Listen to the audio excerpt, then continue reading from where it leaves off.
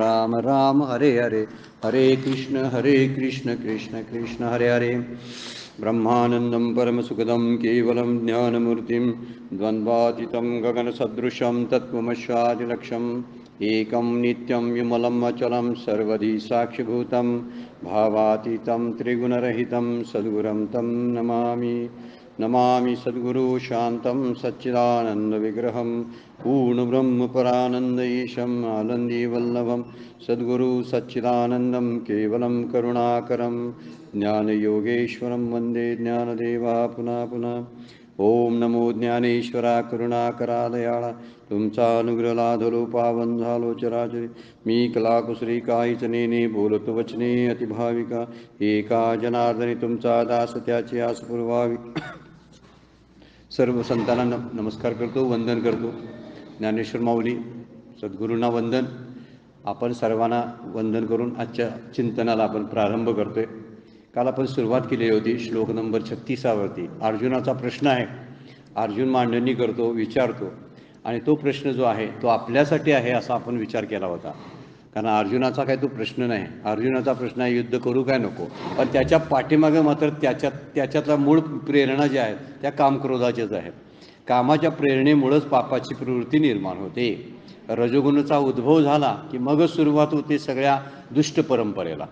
त्याचं कारण मुख्य तिथं रजोगुणामध्ये दडलेलं आहे। त्यामुळे रजोगुण असायला पाहिजे, पण केवढा पुढच्या श्लोकामध्ये आपण बघणार आहोत। पण मूळ जे आहे ते कामनेमध्ये आहे। पापाची वृत्ती निर्माण होते, ते आसक्तीतून निर्माण होते। काहीतरी इच्छा आहे, अपेक्षा आहेत, म्हणून आसक्ती वाढते, आणि आसक्तीतून काहीतरी प्रमाद होतात, आणि त्या प्रमादालाच निषिद्ध कर्म म्हणलेलं आहे। परमपूज्य काकांनी प्रमादाची व्याख्या केलेली आहे। जे शास्त्राने निषिद्ध कर्म म्हणून सांगितलेलं आहे ती करायची जी इच्छा होते किंवा जे केलं जातं त्याला प्रमाद म्हणतात। आणि हा प्रमाद जो आहे तो रजोगुणातून घडतो। आणि त्यासाठी अर्जुनाने प्रश्न विचारलेला आहे की मला प्रेरणा देणारं असं कोण आहे। मला म्हणजे सर्व जीवांना पाप प्रवृत्ती करण्याची अनिच्छा असताना, म्हणजे इच्छा नसताना सुद्धा बलादीव म्हणजे ओढून नेणारं, जबरदस्तीनं ओढून नेणारं आणि मला तिकडं घेऊन जाणारं असं कोण आहे। माझी इच्छा नसते पाप करण्याची, पण मला पाप करायची प्रवृत्ती काय होते याचा प्रश्न, असा सुंदर प्रश्न ज्ञानेश्वर माऊली विचारतात। काल आपण एक कार्यकारण भाव बघितलेला होता। कार्याकडे आपलं खूप लक्ष असतं आणि कारणाकडे नसतं। जर आपण कारणं शोधत जर बसलो तर निश्चितपणे कार्यावरती उपाय करावा लागणार नाही। कार्य हे नंतरचा परिणाम असतो, पण कारणं बघावी लागतात। त्यामुळे गीतं वर्णन करताना एखाद्या गोष्टीची भ्रष्टाचार करण्याची इच्छा होते, फसवण्याची इच्छा होते, कुणाला तरी अडचणीत आणण्याची इच्छा होते। ही इच्छा कोठून होते आणि भल्याभल्यानं विचारवंतांना प्रश्न पडलेला आहे। अथ येन प्रयुक्तो अयम पापम चरति पुरुषा अनिच्छन्न अपि वार्ष्णेय बलादीव नियोजितः, असा विचार म्हणतात। तरी देवा हे ऐसे कैसे जे ज्ञानियांची ही स्थिती भ्रंशे मार्ग सांडूनी अनारसे चालत देखो, अशी ओवी काल आपण बघितलेली होती की विचारवंत सुद्धा आपला ट्रॅक सोडतात आणि ट्रॅक सोडून बाजूला जातात। ट्रॅक सुटला म्हटलं की ॲक्सिडेंटची शक्यता जास्त असते। हा आपल्याला नेहमीचा अनुभव आहे बघा। आपण जर आहे डाव्या बाजूने जायचं आहे तर लेफ्ट साईड धरली तर ॲक्सिडेंटचे प्रमाण कमी होतात। पण त्यानं जर ट्रॅक बदलायला लागला तर तो ट्रॅक बदलताना आता सावधान असेल तर ठीक आहे, काही काळा ट्रॅक बदलाय पण लागतात, वळणं घ्यावी लागतात। पण वळणं घेताना सावधानता जी आहे, सावध साक्षेपी आणि दक्षपणा जो आहे तो दक्षपणा जर नाही घेतलास, नाही अंगीकारला, तर पुढे जाऊन आपल्याला मोठ्या संकटाला सामोरं जावं लागतं। आणि म्हणून इथं म्हटलेलं आहे ते विचारवंत सुद्धा कधी कधी असं का वागतात। तरी देवा हे ऐसे कैसे जे ज्ञानियांची स्थिती भ्रंशे, अशा एखाद्या एक गोष्ट अशी आहे की ज्ञानी साधक रोज नाम स्मरण करणारे, तत्वचिंतन करणारे, प्रवचन करणारे, कीर्तन करणारे सुद्धा त्यांची सुद्धा मती कधी कधी भ्रंश होते, भ्रष्ट का पावते। किंवा असं पुढं म्हणलं मार्ग सांडून अनारसे चालत देखो, हे सन्मार्ग सोडून भलत्याच मार्गानं अनारसे भलत्याच मार्गाला का जातात याचा प्रश्न विचारलेला आहे। आणि याच्या पाठीमागे जी मूळची प्रवृत्ती आहे ती कर्माचीच आहे। प्रारब्ध कर्म आहे, प्रवृत्ती आहे, मूळची संसार आहे, या सगळ्या गोष्टी त्याला प्रेरणा करत असतात। पण मूळ वरवरचा उपाय जो सांगितलेला आहे तो पुढच्या श्लोकामध्ये सांगितलेला आहे, त्याचं कारण पण सांगितलेलं आहे। तरी देवा हे ऐसे कैसे, 233 नंबरची ओवी बघा। सर्वज्ञ जे होते हेयोपद्यायी जाणती तेही परधर्मे विविचरती कौने गुणे. एक शब्द वापरला बघा, हेयोपादेयही. हेयोपादेय शब्द दूर वापरला आहे, संस्कृत शब्द आहे बघा. आपण काल बोलता बोलता बोललो होतो, ज्ञानेश्वरी 50% संस्कृतमध्ये आहे, कळू दिलेलं नाही, मात्र झाकून ठेवलंय. त्या प्राकृतीच्या खाली संस्कृत आहे, पण लक्षात येत नाही आपल्याला. पण ते जर आपण तसा घ्यायला लागलो अनुभव, तर खूप शब्द तसे संस्कृतचे आपल्याला निघतील. पण अभ्यास करणाऱ्याने अशा पद्धतीनं अभ्यास केला तर चांगलं आपलं लक्षात येतं त्याचं. जे सर्व जाणणारे असतात, सर्वज्ञ, सर्व जाणणारे असतात, जे हेयो शब्द वापरला बघा, हेय आणि उपादेय असे एकत्र शब्द केले आहेत. हेय आणि उपादेय दोन्ही शब्द संस्कृत आहे. हे शब्दाचा अर्थ आहे जे त्याज्य आहे ते, आणि उपादेय शब्दाचा अर्थ आहे जे ग्राह्य आहे, जे घ्यावं लागतं, ते सोडावं लागतं आणि घ्यावं लागतं. त्यासाठी हेयोपादेही जाणती. काय सोडायचं काय घ्यायचं हे ते जाणतात. कोण? जे सर्वज्ञ असतात. तेही परधर्म व्यभिचरिती कौने गुणे. ते सुद्धा परधर्माचा अंगीकार का करतात? व्यभिचरिती शब्दाचा अर्थ आहे ते विकारवश का होतात, परधर्मातल्या विकारांना विकारवश का होतात. पुढे विशेष गुण असं की काय म्हटलेलं आहे, ज्या गुणामुळे ते परधर्माशी विचार करतात, परधर्माकडे प्रवृत्त होतात. जे करू नये तो परधर्म आहे, जे करावा तो स्वधर्म आहे. म्हणजे करू नये तेच का करावं असं वाटतं. आणि खरंच आहे, आपला रोजचा प्रश्न आहे बघा. बरेच वेळा करू नये असं सांगितलेलं असतं, पण तरीसुद्धा आपण करत असतो. म्हणून इथे हेय आणि उपादेय शब्द वापरलेला आहे. परधर्म त्याज्य आहे आणि स्वधर्म ग्राह्य आहे. त्यातलं हेय आणि उपादेय कुठलंही जाणलं पाहिजे. या ठिकाणी विवेकच सांगितलं आहे बरं का. याला नित्या सारा आणि असाराचा विवेक सांगितलेला आहे. त्रिगुण असार, निर्गुण हे सार. निर्गुण सार हा स्वधर्म आहे आणि त्रिगुण असार हा परधर्म आहे. परधर्म म्हणजे त्याचा अंगीकार करू नका. त्रिगुण जेवढं जेवढं म्हणून आहे ते असार आहे आणि ते ग्राह्य नाही. आणि जेवढं जेवढं परधर्म आहे ते त्याज्य आहे. ते त्याज्य आहे म्हणजे ते टाकण्यासारखं आहे. जे टाकायचं आहे त्याला परधर्म म्हणायचा. जे स्वीकारायला पाहिजे असं स्वधर्माचं वर्णन केलेलं आहे. म्हणजे टाकायला नको पाहिजे ते जे टाकतात आणि जे स्वीकारायचं नाही ते स्वीकारतात. याचं कारण काय? कोण? जे सर्वज्ञही जे होती, जे हुशार आहेत, बुद्धिमान आहेत, ज्याने अभ्यास केला, ते सुद्धा असा परधर्माचा अंगीकार का करतात असा प्रश्न विचारलेला. जे असता संग सांडिते त्याची अजून एक ओळी राहिली, दृष्टांत दिला बघा. जो तसा आपण सार आणि असाराचा घेतला, बीजा आणि भुसा, अंध निवडू जेने जैसा, नावेक देखनाही तैसा बरळे कापा. प्रश्न विचारलाय माऊलीने बघा. धान्य आणि भूस असतं, याच्यामधला भेद आंधळा जाणत नाही, त्याला काही कळत नाही, तो अजान असतो. हे जसे बरोबर आहे तसे डोळेच देखील जाणत नाही. नावेक देखनाही, देखनाही म्हणजे ज्याला डोळे आहेत तो सुद्धा जाणत नाही, नावेक जाणत नाही. असे क्षण, नाविक शब्दाचा अर्थ क्षणभर, असे क्षणभर देखील मान्य करता येत नाही. मग असे असताना धान्य भुसात भेद नाही असे बरे का बरळतो? तो बरळतो शब्दाचा अर्थ आहे त्याची बडबडची चालू असते. तो सार आणि असाराचा विवेक का करत नाही? भुसा आणि बीज शब्द वापरलेला आहे. जे धान्य आहे त्या धान्याला का पकडत नाही? भुसाच का खावसा वाटतो? भुसाच का अंगीकारावसा वाटतो? जे हे आहे ते टाकावंसं का वाटत नाही? जे उपादेय आहे ते स्वीकारावंसं का वाटत नाही? त्यासाठी हेय काय तर त्या काय आहे? भुसा. आणि उपादेय काय आहे? बीज. बरोबर वरच्या त्या उवीला खालची उवी लागू पडते बघा. त्यासाठी दृष्टांत दिला, बीज आणि भुसा शब्द वापरलेला आहे. अंध निवडू नेणे जैसा. नेणे म्हणजे त्याला काही कळत नाही. अंधाला निवडता येत नाही, त्याची निवड करता येत नाही. निवड करणं म्हणजे विवेक. महत्वाची गोष्ट ती त्यामध्ये आहे. आपण जर विवेकाची छोटी व्याख्या जर करायची झाली तर निवड करणं. बऱ्याचशा गोष्टी खराब असतात, त्यातली निवड करायची असते. मी संसार वाईट आहे, वाईट आहे, वाईट आहे म्हणायची काही गरज नाही. आम्हाला घ्यायचंच नाही म्हटलं वाईट असणार तर चांगला, आपल्याला चांगलं तेवढं उचलायचं असतं. त्यामुळे सार जर बघितलं तर बीज आहे आणि भुसा ज्याला आपण म्हणतो असार आहे. त्यातलं निवड कशी करायची? बुद्धिमान जे असतात तो विवेक वापरतात आणि विवेकानं त्यातलं योग्य ते निवडतात. कोणीही धान्यच घेणार आहे, भुसा कशाला घेईन? शहाणा असेल तो. पण भुसा आहे हे माहिती असताना सुद्धा का निवडतात हा प्रश्न अर्जुनाचा. अर्जुन काय म्हणतो? तो भुसा आहे त्याला माहिती नाही असं नाही, कारण त्याने अभ्यासले सगळं, त्यांना सगळं माहिती आहे. आता कुणाला माहिती नसेल? लहान मुलं आहेत, त्यांना काही कळत नाही. कळत नाही म्हणजे काय की त्यांना हे काय चांगलं ते काय वाईट कळत नाही, म्हणून ते तसे करतात. त्यांना अंध शब्द वापरलाय बघा. अज्ञानी जे असतात ना त्यांना अंध शब्द वापरलेला आहे, आणि सर्वज्ञ वरती शब्द वापरला आहे.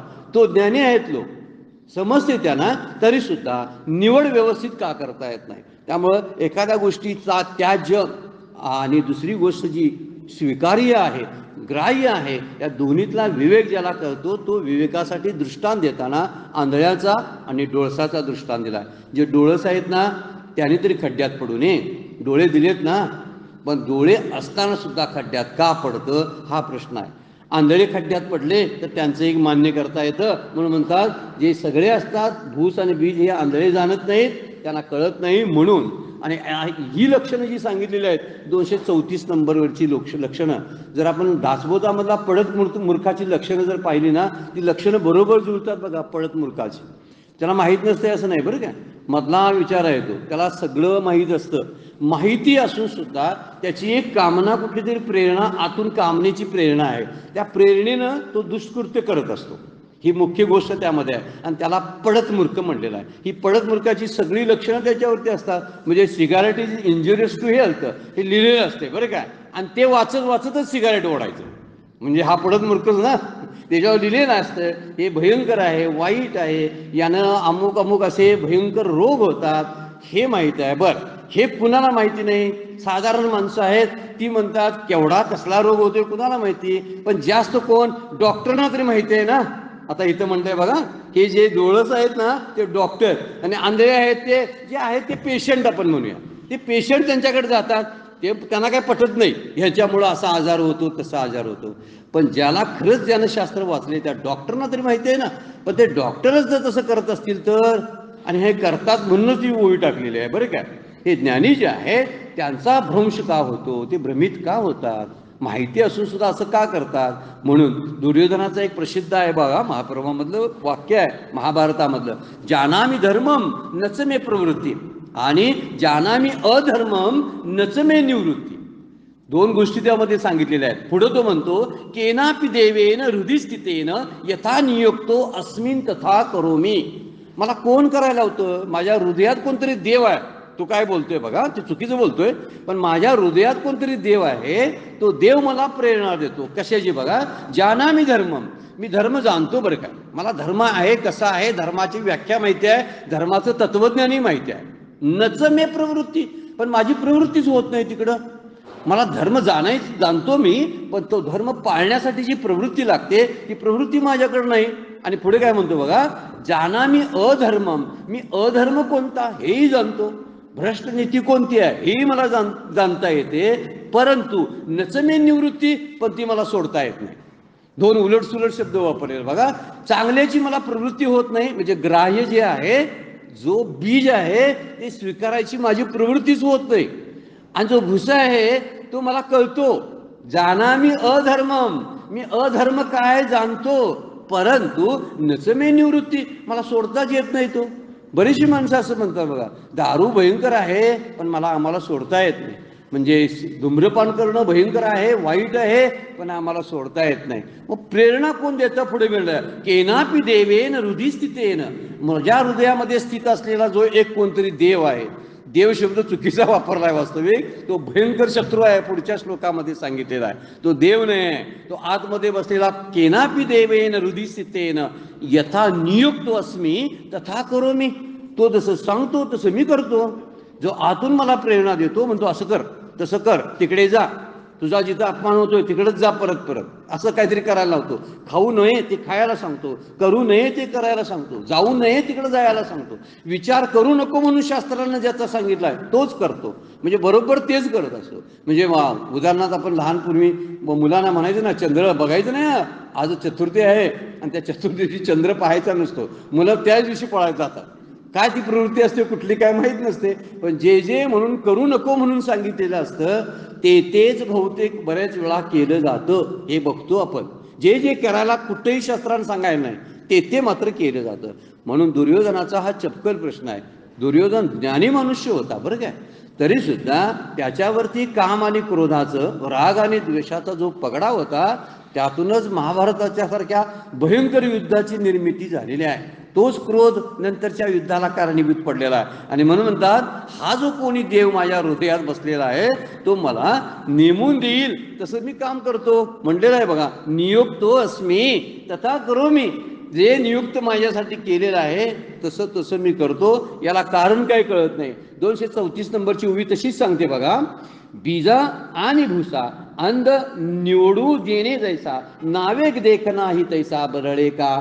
जे असता संग सांडिती त्याची संसर्ग करिता न धाती वनवासी ही शिविती जनपदाते. 235 नंबरची उभी बघा. जे लोक असलेल्या संसाराचा म्हणजे स्त्री पुत्राचा संग टाकून देतात. असता संग सांडिती आहे, आपल्या प्रारब्धानं संघ मिळालेला आहे, नातलग आहेत, तो संघ टाकून जातात.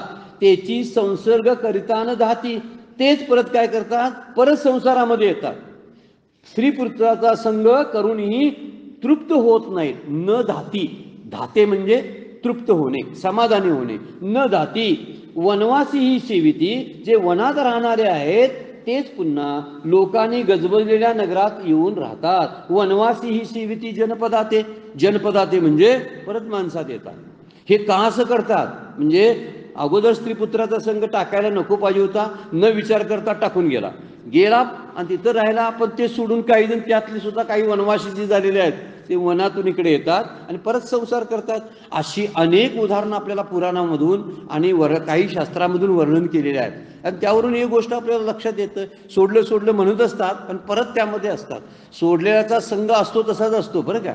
वस्तुरूपानं काही वेळा सोडतात, पण जे संघ आहे काय म्हणतो आपण त्याला, वस्तुत्याग आणि संघत्याग, हे दोन शब्द फार महत्वाचे आहेत. संघत्यागच जमत नाही. आणि खरी अपेक्षा शास्त्र आपल्याकडून करतं वस्तुत्यागाची नाही, संघत्यागाची. तुकाराम महाराज म्हणतात, न लगे जावे काही वनांतरा सुखे येतो घरा नारायण. वनात जावं लागत नाही नारायणाच्या प्राप्तीसाठी, तर घरातच नारायण आहे याची जाणीव होते. म्हणजे घर सोडून बाहेर शरीराला न्यावं लागत नाही, तर शरीराच्या कोठडीमध्येच नारायणाची वस्ती असते. तू शरीराकडे बघतोस त्यामुळे नारायण दिसत नाही. शरीराच्या आतमध्ये डोकावून बघायला चालू कर म्हणजे तुला नारायणाची वस्ती तिथंच आहे असं कळेल. वनात कशी असेल ती. मग काही स्त्रीपुत्राचा संघ सोडतात आणि जंगलामध्ये राहायला जातात. सगळीकडे तेच, आणि परत जंगलामध्ये जायचं आणि नवीन संसार थाटायचा. स्वामी विवेकानंद कथा सांगतात ना, एका लंगोटीसाठी, अशी कथेचं नावच आहे ते. एका लंगोटीसाठी सगळं झालं. म्हणजे आता सोडलं सगळं, संघ सोडला आणि ती छाटी काय लंगोटी घ्याय सगळी, तेवढी तरी झोपडी बांधून तरी राहायला पाहिजे ना, म्हणून राहायला गेलेत. राहायला सगळं सोडून जनपद सोडून गेलेत आणि तिथं जाऊन आता लंगोटी तरी पाहिजे लज्जा लक्षणासाठी म्हणून लंगोटी घेतली. आता लंगोटी झाली, एकच अशी करून चालेल कशी, तर दुसरी एक वापरायला पाहिजे ना, म्हणून दुसरी घेतली. असं वाढलं थोडंसं. आता वाढलं, वाढता वाढता काय झालं, त्या लंगोटी कधी त्या म्हणे उंदरानं कुरतडली. आता उंदीर कुरतडतो लंगोटी म्हणजे उंदराचा काहीतरी बंदोबस्त करायला पाहिजे म्हणून मांजर पाळलं. तर मांजर पाळलं पण खायला काय घालायचं म्हणून त्याला दूध पाहिजे म्हणून गाय पाळावी लागली. गाय पाळली, त्याचं शेणगाण आहे. कोणतरी बाई एखादी घरात असलेली बरी म्हणून परत बायको केली. बायको झाली म्हणून पोरं झाली. गेलताच कशाला तू, घरातच हे केलं असतंस तर बरं झालं असतं ना. आणि रामकृष्ण हरी म्हण ना, ठाईचं बैसोनी. ठाईचं म्हणजे जिथं बसलोय तिथं. आपण जागा म्हणतोय, ही जागा नको ती जागा, हा शब्दप्रयोग सुद्धा चुकीचा आहे परमार्थ करण्यासाठी. जागेचा काय दोष नसतो, असतो दोष तो अंतःकरणातल्या प्रेरणेचा. त्या प्रेरणा बसून शांत करता आल्या पाहिजेत आपल्याला. खूप खूप खूप खूप आपण वाचतो, खूप खूप धावतो, भाऊ हिंडता सुख होणार नाही असं संतांचं सांगणं आपण फारसं ऐकत नाही. फिरायचं, या इकडं जायचं, तिकडं जायचं, ह्या गावी जायचं, त्या धामाला जायचं, इकडं जायचं. आणि आपण आणि गुरुना सांगायला नाही येतो, इकडे 4 धामं केली, मग इथं बसलेत ते तुमची वाट बघत, ते ती वाट बघायची राहिलं बाजूला. हे धामं फिरतात आणि हे म्हणतात हे कुठं अजून आले नाहीत. सगळी गंमतशीर गोष्टी आहेत या परमार्थातल्या. त्यामुळे कुठं बघायचा ह्याचा शोधच चुका लागला. जे मर्मस्थान आहे ते आपल्याला कळत नसल्यामुळं आपण भरकडत राहतो. म्हणून ही जी एका लंगोटीसाठी कथा मार्मिक आहे. आता घडली असेल, काल्पनिक असेल, काय असेल तो भाग वेगळा, पण असंच मात्र होते. हळूहळू प्रपंच वाढत जातो. परमपूज्य मंदातही सुद्धा वर्णन करतात बघा, घरामध्ये गादी पाहिजे, गादीवर आबरा पाहिजे, एका आबऱ्यानं चालत नाही, मग 2-3 पाहिजेत, पिलो कवर पाहिजेत, मग वाढवलं, त्यासाठी कपाट पाहिजे, कपाटासाठी खोल्या पाहिजेत, खोल्या वाढवल्या, मग स्वच्छता, मग हे आणि ते, कुठला देव आणि कुठलं काय शिल्लकच राहत नाही. हे असं वाढत ह्या पसाऱ्यात इतका गुंतून जातो की जाता येता ते डोक्याला थडकत असतं, पायाला सगळ्या फर्निचर पायाला लागत असतं, जखमी असतो सारखा. आणलं ते त्यासाठी काय, पायाला ठेचरायसाठी. घरात किती ठेचरायचं, घरात इकडं सरकायला जागा नाही, इतक्या वस्तू, एवढा कशासाठी पसारा मांडला. आणि जाताना मग परत आणि त्याच्याकडे बघतच डोळे मिटायचे, का बसायला मिळालं नाही. ती खुर्ची आरामचेर आणली होती, पण हलत मी बाहेरचं सौंदर्य बघणार होतो गच्चीत बसून, ते राहिलंच माझं. मग ये परत म्हणतात आणि गच्ची बांध आणि ये राहायला तिथं. हा मुद्दा सतत पाठीमागे राहत असतो. आणि त्यामुळं अर्जुन प्रश्न विचारतो, तो आमचा प्रश्न आहे, ते माझं असं का होतं तेवढं सांगा आणि मी काय करावं. आता काय करावं त्याचं उत्तर आता भगवंत देणार आहे. पण हा प्रश्न मात्र त्यासाठी आहे की हा संसार सोडायचा आणि मठ बांधायचा आणि मठात परत संसार थाटायचा. मग त्याला घर म्हणायचं का मठ म्हणायचा, हा मुद्दाच राहतो ना शिल्लक. मग हा संसार आहे की परमार्थ आहे, असं आहे.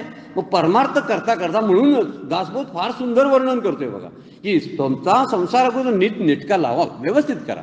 नीटनेटका या शब्दाचा अर्थ आहे आपल्या अपेक्षेप्रमाणे नीटनेटका होत नाही बरं काय, नाहीतर मग अजून व्हायचा असं होतंय. अगदी शास्त्रानं सांगितले ना असं असावं, बस झालं तेवढं. एवढं आहे ना, आता माझा नीटनेटका झाला असं आपण घोषणा करायची, आता माझा संसार नीटनेटका झाला. घोषणा दुसरे कोण करणार नाहीत, आपण दुसऱ्यांना राबायसाठी पाहिजे असतोय बरं का. त्यांना नेहमी आपण लागत असतो, म्हणजे तरुणपणी लागत असतो, वृद्धपणी सुद्धा लागत असतो. वृद्धांना पण कामं करून घेता येतं ना त्यांच्याकडून. मुलांच्याकडे बघत तरी राहा, उगीच कुलूप घालायचं त्याच्यापेक्षा दारात तरी वाट बघत आमची बसा, आम्ही बाहेर फिरायला निघालोय.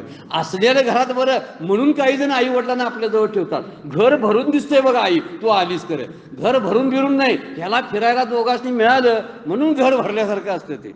वास्तविक आत्मानुष्ठ काम आहे, सर्वम प्रियम भवती, हा जी उद्घोषणा आहे उपनिषदांची ही खरी आहे वास्तविक. फक्त आपण त्यामध्ये जास्त गुंततो म्हणून माझा संसार माझ्या अपेक्षेप्रमाणे व्यवस्थित असा नाही बरं का. व्यवस्थित कसा शास्त्र म्हणतो तसा, म्हणजे प्रपंच करावा नेटका हे जे शास्त्र सांगते ना, पण पुढे फिका होत गेला पाहिजे ना, हे मुख्य त्यांची अपेक्षा आहे. त्यामध्ये जशी अपेक्षा केली नेटका करण्याची, तशी फिका होण्याची सुद्धा अपेक्षा त्यांनी केली आहे. ती पुढची ओवी वाचायचीच नाही, फक्त नेटका करायचा. परमपूज्य काका जर म्हणतात नेटका नाही, नेटानं करतोय आपण. नेटानं म्हणजे झोपतच नाही आपण, रात्रंदिवस त्याचा विचार करायचं, राबायचं. असा जो विचार आहे तो विचार केवढा करायचा, याला काहीतरी मर्यादा आहेत, म्हणून हे संसार सोडतात. आणि इथं वर्णन केलेलं आहे, काय म्हणतात, जे असता संघ सांडिती आहे, अगोदर मूळचा संघ, तो संघ आहे जे आहेत आणि पुढे दुसरा संघाने चढायचा. आता घरात काय रडगाणी कमी आहे, ते टीव्हीतल्या मालिकेतल्यानी रडगाणी बघत बसायचं, सांगा बघू. आमचं आहे ते मिटवायला पाहिजे अगोदर, तर त्यांचानी बघत बसायचं, त्यांच्यात कशी रडतात बघूया, म्हणजे सराव करून घेऊया रडण्यात. काय सगळं आश्चर्यकारक आपलं वागणं पण असतं आणि सगळंच असतं. आपण नसलेली दुखणी ओढून घेतो. माणसांचा जितका अधिक संघ तितका त्रास आपल्याला अधिक असतो. वस्तूच्या संघाचा एवढा त्रास होत नाही. फ्रीज आहे, वॉशिंग मशीन आहे, गप्प बसलेली असतात घरामध्ये. माणसं गप्प बसत नाही, त्यांच्या संघात जाताना विचार करावा लागतो, ही कुठल्या संघात आहे आणि माझ्या संघावर त्यांचा परिणाम काय होईल काय, याचा विचार करावा. उगीच भटकत बसून आज सुट्टी आहे, हे आहे ते आहे. जावावं तर जिथं शांतताच मिळते. शांततेचा अनुभव घेण्यासाठी कुठेही जावं. आता कुठेही जायसाठी शांततेसाठी कुठं जावं लागत नाही, हा त्यातला मुख्य कंसातलं वाक्य आहे. पण त्याचा समजा धरून वाट चाला, त्या मंदिरात मठात गेलं की मला जरा शांती वाटते, ठीक आहे जाऊया. पण शांती ही मनाची असते बरं का, मनाची असते, आतमध्ये आहे. मन शांत झालं सगळं जग शांत होतं. आपण प्रसन्न असलो की जग प्रसन्न वाटायला लागते. त्याचं कारण ते आहे, आपण समाधानी असलो की काही नकोसं वाटतं, काहीच नकोसं वाटलं की शांत वाटतो. ही शांतता स्वतःची अनुभवायची असते, ती कुठेही अनुभवता येते. त्यामुळे घराची शांती जी आपण बऱ्याच वेळा बघतो, काही ग्रहांची शांती करतो, पण आपलं स्वतःतलं जे आतले ग्रह आहेत ना, मन, बुद्धी, चित्त आणि अहंकार, हे फार भयानक ग्रह आहेत ना, त्या ग्रहांची अगोदर शांती करायला पाहिजे. हे जे बुध, शुक्र, शनी काय आहेत ना, ती माझ्या पाठीमा लागल्या, अमुक लागल्या, तेमुक लागल्या, ती कदाचित शांत होतील शांत. परंतु आतले जे ग्रह आहेत ना माझे अंतकरणाचे, ते शांत होत नाहीत. त्यांची एकदम तळमळ सारखी चालू असते आणि मला नेहमी अस्वस्थ करतात. त्यांची शांती करायला पाहिजे, म्हणजे वास्तू पण शांत होते. वास्तूची शांती होम घालून करण्यापेक्षा ही मनातला जो होम आहे ना, मन निवे, मन शांत व्हायला पाहिजे. आता नवरे उरला उरे विठ्ठल, तुकाराम महाराज म्हणतात. काय होतंय की मन मन मुरलं की उरतं तो विठ्ठला. आता मन मुरायसाठी काय करायला पाहिजे, तर ह्याच गोष्टीचा विचार करायला पाहिजे. मी कुठं जाऊ म्हणजे शांतता मिळेल. इथं म्हणतात जे आस्था संग सांगती त्याची संसर्ग करिता न धाती, म्हणजे त्याची तृप्ती होत नाही. पुत्रांचा संग करून सुद्धा तृप्त होत नाहीत. आणि वनवासी सेविती जनपदात, वनवासात जातात म्हणजे वानप्रस्थ स्वीकारतात आणि परत ग्रस्ताश्रमामध्ये येतात, कारण अगोदर पूर्वतयारी झालेली नसते. म्हणून आपली पूर्वतयारी व्हावी. वैराग्य हे कठीण गोष्ट आहे, पण हळूहळू वैराग्याची सवय लागली पाहिजे. ते त्याच्या पद्धतीचे दोष दिसायला लागतात. दोष नाही दिसलेत ना, वैराग्य पुरेपूर येत नाही. आपण दोष पाहत नाही त्याच्यामध्ये. आपण म्हणतोय शास्त्राने हे टाकाय सांगितलंय म्हणून मी टाकायला लागलो. शास्त्र म्हणते बरोबर आहे, पण माझ्याकडून ते टाकलं गेलंय का अजून नाही, कारण मला अजून ते गोड वाटतं. जोपर्यंत संसार सत्य वाटतो तोपर्यंत तो टाकता येत नाही. जोपर्यंत त्यातली मिथ्यात्व बुद्धी तयार होत नाही तोपर्यंत संसार टाकला हे शाब्दिक नुसते खेळ राहतात. काय उपयोगाचे आहेत, त्याचा अर्थ राहत नाही. मनातूनच तो टाकावा लागतो, मनातून तो सुटावा लागतो. शब्द महत्वाचा आहे. सुटणं आणि सोडणं यामध्ये जो विभाग आपण करतो ना, ते सोडणं घडतं, सुटणं जमत नाही. सुटणं जमायला पाहिजे, त्याला मुळातनंच काढावं लागतं. आणि म्हणून हळूहळू जर आपण त्यातून करायला लागलो तर ही त्यागवृत्ती केव्हा येते माहिती आहे, त्यातले जर दोष दिसतील तर. शास्त्रानं दोष दाखवलेले आहेत, पण मला काढता यायला लागलेत काय हळूहळू बसून, मगच त्यातून बाहेर पडावं. आणि बाहेर पडल्यानंतर मग पडावं असं होतच नाही, तो पडतोच. तो दोष काय म्हणलेला, जन्म मृत्यू जरा व्याधी दुःख दोषानुदर्शनम, 13वा अध्याय सांगतोय. इंद्रियांनी वैराग्य काय वर्णन केलेलं आहे. इंद्रियाचं वैराग्य जे आहे ना, ते वैराग्य त्या ज्ञानी पुरुषांच्याकडे आलेलं असतं, कारण त्यांनी जन्म मृत्यू जरा आणि व्याधी यामध्ये दुःख आहे असं त्यांना दर्शन झालेलं असतं. म्हणून जन्मामध्ये दुःख आहे कळायला पाहिजे, मृत्यूमध्ये दुःख आहे ते तेवढं माहिती आहे, कारण मृत्यू होताना त्रास होतोय ना, म्हणून दुःख आहे तेवढं करते. पण जन्माचा त्रास जाणवत नाही, माहिती नसतो, म्हणून अज्ञानातला त्रास आहे. पण मृत्यू कशामुळे झाला हे कळायला नको काय, मृत्यू कशामुळे झाला, जन्मलो म्हणून, हे मुद्दा आहे, विसरून जातोय आपण. आपण म्हणतोय मला मृत्यूची भीती वाटते, मृत्यूची भीती. अरे त्याच्या कारणावर उपाय कर. कशावर, कारण जन्म आहे, आणि कशावर उपाय करतो, मृत्यूवर. मला जायचं नाही, मला जगायचं आहे, मला जगायचं आहे. बरं गेलो तर परत यायचं नाही असं म्हणायला पाहिजे ना. आता परत येणार नाही यासाठी काहीतरी करायला पाहिजे. परत मला यायचं नाही, मग यायचं नाही तर काय करायला पाहिजे, मृत्यूला घाबरून चालणार नाही. आहे ते चाक फिरतच राहणार आहे, त्याला गतीच आहे. ते कधीतरी ती शांत मिळते, त्याचं ते प्रारब्धाचं आहे. त्याला मृत्यू म्हणजे प्रारब्ध आहे, प्रारब्धाप्रमाणे मृत्यू येणारच आहे. मृत्यू येणारे चुकणार नाही, पण जन्म येणार हे चुकवता येतं. मृत्यू चुकवता येत नाही, जन्म चुकवता येतो. बरेच वेळा म्हटलेला आहे जन्म मृत्यू चुकवायचा, ह्यातला एकच शब्द बरोबर आहे, जन्म चुकवायचा, मृत्यू नाही चुकवायचा. मृत्यू चुकतोच ना, म्हणून ती गोष्ट आहे. कार्य राहतच बाजूला, कार्य निर्माणच होत नाही. कशाला आहे, जर तेच अधिष्ठानाकडे लक्ष राहिलं तर आधीच त्याचा विचार होतोच कुठं सांगा ना, काही नाही आहे. त्या अधिष्ठानामध्ये तो रममान असतो, उपाधीच्या सगळ्या निराश झालेला असतो. त्यामुळे उपाध्या असल्या तरी त्रास देत नाहीत. मग इथं जो मठ बांधायला जातो आणखीन काहीतरी करतो, इकडं लोकात मिसळत होता आणि तिकडं जाऊन गँग तयार केली एक मठामध्ये आणि त्यांच्यामध्ये मिसळायला लागला. त्यांना मग कार्यकर्ते नेमले, चला फ्लेक्स तयार करा, पैसा गोळा करा, मठ बांधा, त्याचा विकास करा. सगळं चालू झालं आणि आपण मी तूप रोटी खात आणि लोकांची सगळे मांस हार तुरे स्वीकारत मी आता आरामात पडून राहणार आहे. ही वृत्ती सुद्धा कुठून आली, कुठली प्रेरणा आहे, ही फार विचार करण्यासारखी गोष्ट आहे. म्हणून इथं मठ संसार सोडून मठ मानतात आणि तिथं वेगळ्या प्रकारचा संसार थाटत असतात, वेगळे स्वरूप त्याला दिलेलं असतं. ती नातलग नसतील, नातलगाला सण सोडतो आणि दुसरे नातलग तयार करतो. ही जी गमतीदार गोष्ट आहे ना, त्यांच्यामध्ये अडकतो आहे. हळूहळू मग मानायची त्यांना, मानलेला भाऊ, मानलेली बहीण, मानलेला मुलगा, मानलेली मुलगी, चला सगळं अगोदर मूळचंच मानलेलं आहे, ते सुटायची पंचायत, तो दुसरीही चालू, नवीन परत जोडायला चालू करायचं.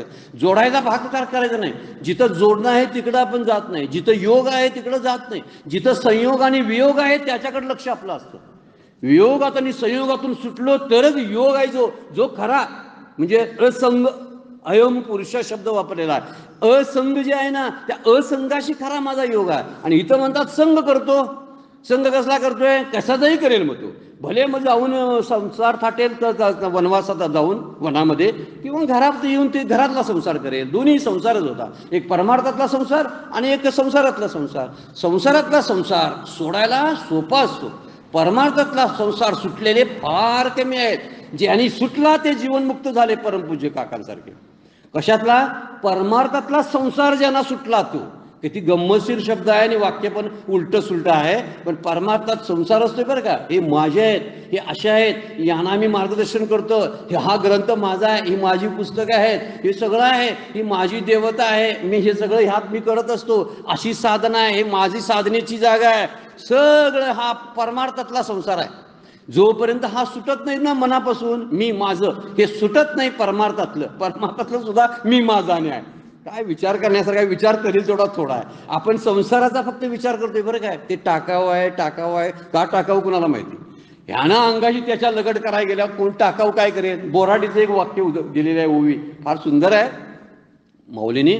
मला ओवी आठवत नाही, पण बोराटी जैसे, संसाराला काय म्हणतात ते प्रपंच, बोराटी जैसे. बोराटीचं झाड असतं ना, त्याचं ते उभं असतं. तिथनं जवळ जायला सांगितलंय कोणी तुला, जाऊ नकोस ना. गेले तर अंग म्हणलेलं आहे बघा ते, की गुंती काय म्हणतात ते, आपलं वस्त्र जे असतं ना त्याला अडकतंय. अडकलं की आपण हिसके द्यायला लागलो ना, तर तिथून वस्त्रच फाडतं. वस्त्र फाडताना घेऊन जातं. बर, त्याची फळं एक घ्यावं आणि ते चाकावं तरी, फळे तरी पोळी शब्द वापरलाय माऊलीने. त्याची फळं घ्या, ती फळं सुद्धा पोळतात. संसार वृक्षातलं कुठलंही घ्या, त्यातलं अगदी मुळापासून शेंड्यापर्यंत, 15वा अध्याय अभ्यासण्यासारखं आहे. त्यासाठी मुळापासून अगदी शेंड्यापर्यंत तरी फांदीपर्यंत घेतलं, काही नाही. बोराटी जैसा असा हा संसार आहे. आता तिथं जायला कोणी जवळ सांगितलंय, बोराटी खराब आहे काय? तुझं संग तुझा चुकला. खरा संघ जो करायला पाहिजे होतास तो बोराटीच्या काटेरी झाडासारखी केला. हा काटेरी झाडं, काटेरी झुडपं म्हणजे संसार आहे. मग त्याचा संघ केवढा करायचा? तेवढाच. त्याच्या बाजूनं फिरणं. पतंगाचं उदाहरण दिलेलं आहे. घिरट्या घाल, त्या दिव्याभोवती किती घालायचास, परंतु घिरट्या नुसत्या घातल्यास तर पुरेसं आहे, त्याच्यावर जाऊन त्या दिव्यावर आपटू नकोस, नाही तर तुझा आत्मघात आहे. तसं विषयांचं सेवन जे आहे हे आत्मघाताला कारण होतं. त्याला कारण हीच गोष्ट सांगितलेलं आहे. अर्जुनानं तोच प्रश्न विचारला आहे की मठ काय केलेलं आहे, की वर्णन केलेलं आहे बघा 235 आणि 236. आपण तरी लपती सर्वेस्वे पाप चुकविती, परी बलात्कारे सुजिती तयाचीच माझी. म्हणजे पाप चुकवायचा प्रयत्न करत असतो, त्याला कळत असते हा की आपण पाप चुकवायला पाहिजे.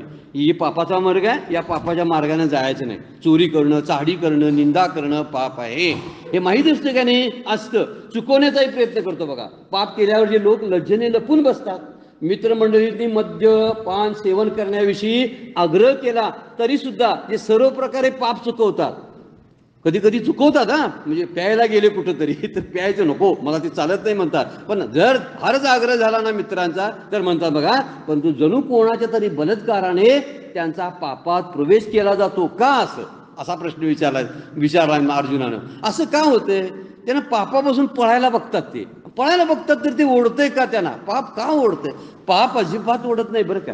पाप हे केल्यानंतर घडलेली घटना आहे, पण जे घडायला कारण आहे ते काय हे शोधायला पाहिजे ना आपण. म्हणून तिथं वर्णन केलेलं आहे की ह्या सगळ्या गोष्टी करायच्या. मग अशी मठाचं उदाहरण घेतलेलं आहे की मठ बांधण्यासाठी दान मागायला फिरायला, पावती बुकं काढायची, चला फिरायला, इकडं जावं तिकडं जावं, गोळा करा, किती जमा झाले रे, कोण विचारते? हे प्रमुख म्हणजे ज्यांनी मठाधिपती जे आहेत ते विचारायला चालू करतात, किती जमा झाले रे. आणि मग हे घरातच जमा बाकी वजाबाकी करत बसला असतं तर बरं झालं असतं.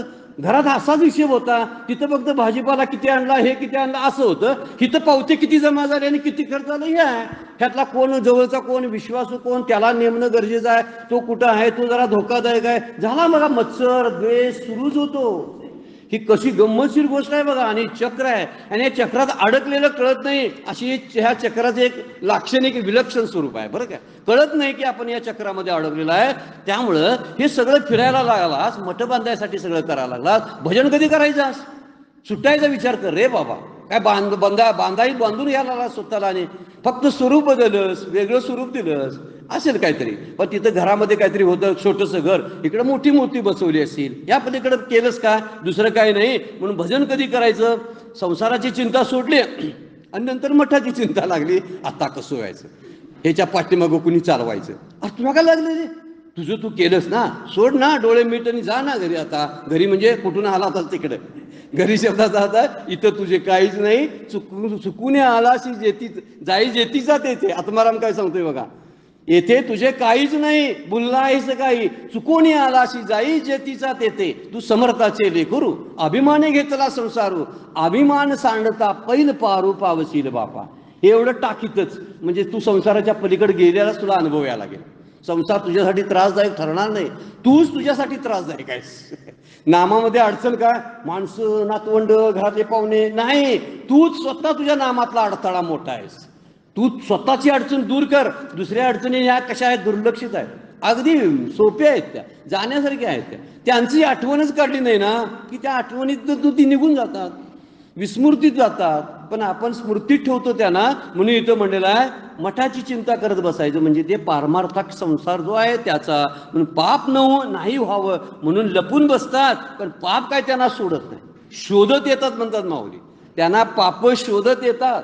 जे विषयांचं चिंतन, विषयांचे चिंतन काय म्हणलेलं आहे, घेऊसून मागच्या याच्यात ओवी आपण बघितलेली आहे. तर ते म्हणतात पाप काय करतात, हे कुठं लपून बसलाय म्हणून बघत येतात, अरे इकडे जरा बाहेर म्हणून बोलवतात. इकडे म्हणजे मित्र असतात ना आपले, अरे एक आता आपण गुटख्याची पुडी मिळत नव्हती, कर्नाटकात आणले, इथं मिळत नाही ना, महाराष्ट्रात बंदी आहे, तिकडून आणलंय पोतं, ये बाहेर, त्याला बोलवत असतात. तशी ही पाप काय करतात, बाहेर आहे बाहेर आहे म्हणतात, आणि बाहेर येऊन त्याला बरोबर गुंतवून ठेवतात. असं कोण तसं बोलवते. अर्जुन काय म्हणतोय, हे बाहेर ये म्हणतात, हे कोण आहे, मला सारखं सारखं म्हणतात हे कर, तू करू नये ते कर म्हणतात, माझी इच्छा नाही तरी करायला लावतात. हे असे कोण आहे ते शोधत येतात. त्यामुळं भागवतामध्ये सुद्धा फार सुंदर श्लोक आहे बघा, जितम सर्वम जिते रसा. ज्यांनी रसना जिंकली त्यानं सगळं जिंकलं बघा, भागवत सांगतं. माऊलीने, नाथ महाराजांनी फार सुंदर ओवी केली बघा, जो रसना नाही जिंकली तर जितेंद्रिय ही मिथ्या बोली. जोपर्यंत जीभ जिंकली नाही तोपर्यंत आपण जितेंद्रिय आहोत, ही मिथ्या बोली. जो रसना जिंकली तर साचार वाट मोडली विषयांची, विषय संपून जातात. मूळ कुठून सुरू होते माहिती आहे का विषयाचं, रस विषयापासून. रस जेव्हा सुटतो ना रसना, त्यावेळी काबूत येते, कारण त्याच्याकडे दोन कामं आहेत ना रसनेकडं, जिभेकडे दोन कामं आहेत, अशी कुठल्याच इंद्रियाकडे दोन कामं दिलेली नाहीत. ही गंमतशीर गोष्ट, जे आगावपणा करते त्याच्याकडे जास्त अधिकार दिल्यात. वास्तविक अधिकाराचा गैरवापर करेल अशालाच अधिकार दिलेत. कान अधिकाराचा गैरवापर करत नाही बरं का. माझं ऐकायचं काम आहे ना, भलतं मी बघण्याचं काम करणार नाही, मी चाकण्याचं काम करणार नाही, मी चालण्याचं काम करणार नाही, सरळ म्हणतात ते, आणि करतच नाही. कोण चालतंय तिकडे बघतही नाही. माझं काय, ऐकू आलं तर मी ऐकणार आहे, माझा काय संबंध तिथं नाही. डोळे म्हणतात मी दिसलं ना दृश्य तर मी पाहणार आहे, नाहीतर मला तरी म्हणाल की आमटी कशी झाली, बासुंदी कशी आहे असं म्हणाल तर डोळे म्हणतील मला काय त्यातलं काही कळत नाही. जिभेचा आगावपणा जो आहे तो फार मोठा आहे बरं का, फार मोठा. ज्याला जिभा जिंकता येते ना त्याला बरंचसं काही जिंकता आल्यासारखं होतं. म्हणून आपल्या जिभेकडे लक्ष असायला पाहिजे. 2 टप्प्यामध्ये, एक चाकण्यामध्ये ती अडकून स्वतःला आपल्याला ठेवते, सारखी आठवणीत पदार्थ आणते आणि आसक्तीमध्ये अडकून ठेवते, आणि दुसरी नको ते भलतं बोलायला लावते आणि भलतं बोलून वेळही घालवते, बडबड बरळ होते. ह्या गोष्टी, ह्या दोन्हीच्या टप्प्यावर जर रसना जिंकता आली तर खऱ्या अर्थानं आपल्याला वाट मोडली विषयाची, असं नाथ महाराज एकनाथी भागवतमध्ये म्हणतात. त्याचा आपल्याला अनुभव यायला लागेल. म्हणून तो विचार इथं अभिप्रेत आहे. यासाठी अर्जुन प्रश्न विचारायला लागलाय. काय म्हणतात बा पुढे, जयाची जीवे घेती विवशी, तेची जडूनी ठाके जीवेशी, चुकविता ते घेवशी तया तेची. तेच मगाशी विचार आपण केला. ज्या पापाची मनापासून केळच मानतात, नको रे बाबा असं म्हणत असतात. दारू पिणाऱ्यांना सुद्धा दारू पिणं आवडत नाही बरं काय, त्यांना विचारून बघा. सिगारेट ओढणाऱ्यांना वाटते नको हे, कारण माणसातून मला उठून बाहेर जावं लागतं, माणसात थांबता येत नाही असं ते म्हणतात. तीच त्यांच्या मनात जडून बसतात, नको असते तेच जडतं. ज्या पापांना हे चुकवण्याचा प्रयत्न करतात ती पापच त्यांना शोधत येतात म्हणतात. चुकविता ते गिवशी तयातीची. गिवशी म्हणजे शोधत येतात, ते कुठं सापडतोय बघूया म्हणून त्याला शोधत येत असतात, ज्या पाप नको आहे त्याच्याबद्दल. आणि म्हणून इथं म्हणलेलं आहे की अर्जुनानं जो प्रश्न विचारलाय, पुढची ओळी बघा, ऐसा बलत्कारू एक दिशे, तो कवनाचा येता अघरू असे, हे बोलावे ऋषी कसे पार्थ म्हणे.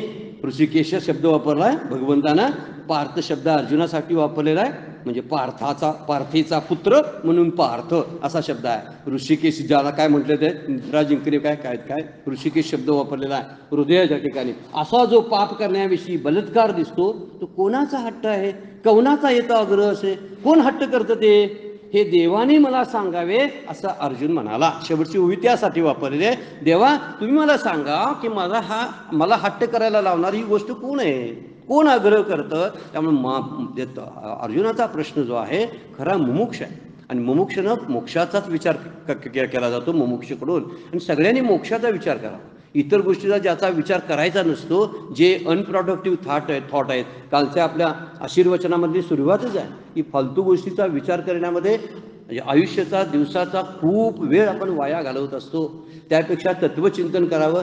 तत्वचिंतन नाही करता आलं तर गप्प बसावं, इकडं तिकडं झाडांच्याकडे बघत बसावं. पण अनप्रॉडक्टिव्ह थॉट्स जे असतात ना त्याचा विचार करू नये. नदीच्या काठाला जाऊन नदी वाहते बघावं, तलावाचे सगळे तरंग बघत राहावं, झाडांचं हलणं पक्ष्यांचं गाणं ऐकावं, वाऱ्याची झुळूक अनुभवावी. काहीही करू नये, त्या प्रत्येक स्पर्शामध्ये देवाचा स्पर्श अनुभवला येतो. बरं का, झाडाच्या हलण्यामध्ये देव हलत्याला दिसतो. बऱ्याच वेळा आपण बघत नाही, मात्र दृष्टी बदलली ना निसर्गाकडे बघण्याची तर हा कुणी बनवला असं आपल्याला लक्षात यायला लागतं की इतकं सगळं जे आहे. स्वामी विवेकानंद जहाजातून प्रवास करत होते, डेकवरती बसलेत आणि निळशार पाणी समुद्राचं बघितलं, वरती निळशार आकाश, रात्रीची वेळ आहे, किती मन असं वारा सुटलेला आहे. ते म्हणतात माझ्यासारख्या संन्याशाला सुद्धा हा निळशार आकाश आणि निळं पाणी किती आकर्षित करते, किती म्हणजे माया किती प्रभावी आहे. आता ते विचारवंत होते म्हणून त्यांना कळलं की मायेचं सगळं दर्शन मी बघायला लागलोय. पण असू दे ना म्हणतात, किती काव्य सुचायला लागले, किती माया एवढी किती सुंदर आहे. पण त्यावेळी ती मात्र विचारवंत मात्र म्हणतात माया जर इतकी सुंदर असेल तर मायाधीश किती सुंदर असेल. हा प्रश्न विचारवंतालाच येतो. बरं काय, मायेत म्हणून अडकत नाहीत ते. इतकी सौंदर्य जर मायेनं दिलेलं असेल, माझं रूपवान शरीर त्याने एवढं तयार केलं असेल, तो श्यामसुंदर किती सुंदर असेल. हा विचार त्याच्याच मनात डोकावतो ज्याला मुमुक्ष आहे, ज्याला ह्यातून बाहेर पडायची इच्छा आहे. तो अर्जुन आहे आणि अर्जुनाचं प्रतिनिधित्व आपण करावं. आपण दुर्योधनाच्या बाजूने राहू नये, तर अर्जुनाचीच बाजू सांभाळावी. दुर्योधन काय करत होता, कपटी कसा होता याचा विचार न करता अर्जुनानं भगवंताला का म्हणाला किंवा देवकीचा राणा पांडवाघरीच राहायला का गेला याचा विचार आपल्याला सुचला पाहिजे. म्हणून इथं म्हणलेलं आहे की पापाच कारण जे आहे खरं ते भगवंताचं विस्मरण आहे. कामना आहे, आसक्ती आहे, ममता आहे वरवरच्या गोष्टी आहेत. पण ह्याला तोडणारा, ह्याला नाहीसं करणारा एकमेव आहे तो म्हणजे भगवंत आहे. ज्यावेळी आपण त्याला आठवतो ना, कशाला हे प्रत्येक फांदी चाटत बसायची. ही फांदी विषारी आहेत आणि मी म्हणे छाटणार आहे. आता किती छाटणार आहेस, आणि मुळाशी रोज पाणी घालायचं चालू आहे. सगळ्यांच्यात मिक्स व्हायचं, बोलायचं, बडबडायचं, निंदा, ममता, द्वेष सगळं चालू आहे. म्हणजे पाणी घालायचं त्या झाडाला. आणि फांदी तरी सकाळी बसायचं नामाला आणि फांद्या छाटत बसायचं. ही छाटली, ती एक छाटली, आता ज्ञानेश्वरी वाचा लागलोय ही एक छाटली, आता चिंतन करायला लागलोय ही एक छाटली. छाटत कशाला बसायचो, डायरेक्ट हल्ला मुळाशी. जेव्हा मुळाशी आपण करतो ना, तर तो मुळाशी हल्ला करण्यासाठी भगवंत जाय ते एकच लिला चाललाय. जे सर्व भावे मज बदले तया आईलीची थडी सरळे मायाजाळ, 7वा अध्याय आपल्याला सांगतो. इथूनच खरी सुरुवात होते. म्हणून भगवंताचं विस्मरण हेच अज्ञान, हेच अविद्या आणि हेच संसाराचं प्रभाव आपल्यावरती पडण्याची कारण आहे, अन्य काहीही नाही. भले मग काम येश, क्रोध येश, आता आपण बोलणार आहोत त्याच्यावरती. असो काम, असो क्रोध, असो रजोगुणाचा धुडकोस, पण या धुडकोसामध्ये त्याला शांत करणारा एकमेव आहे की जी मला कायमची शांती प्रदान करणार, त्याचा नाद सतत करावा असं सांगितलेलं आहे. वर्णन करतात बघा, विपदम विस्मरण विष्णू संपन्नम नारायणम स्मृती. एक शास्त्राचा उल्लेख आहे बघा, विष्णूंना विसरणं ही विपत्ती आहे. विपदम ही विपत्ती आहे आणि स्मृती, विष्णूची स्मृती हीची संपन्नता आहे, ही संपत्ती आहे. ह्या संपत्तीचं आपण रक्षण केलं पाहिजे. कोणती धनसंपदा आहे, जी धनसंपदा मला सोडून जाते त्याचा विचार फारसा करू नये. जी संपदा जी माझ्या रक्षण करते, मला शांती प्रदान करते, त्याचा विचार करायला पाहिजे. ती म्हणजे विष्णूची स्मृती, म्हणजे भगवंताचं नामाचं स्मरण. भगवंताचं स्मरण हेच मला सगळ्या संसारावरती एक शस्त्र म्हणून वापरण्यासाठी उपयोगी पडणार आहे. मग तेच का करू नये. उगीच काहीतरी दुसऱ्या गोष्टीचा विचार करणं फार गरजेचं नसतो. मूळ गोष्टीला लक्ष द्यावं लागतं. मग यंत्र बिघडलं तर यंत्रावर आदरापड करायची नाही.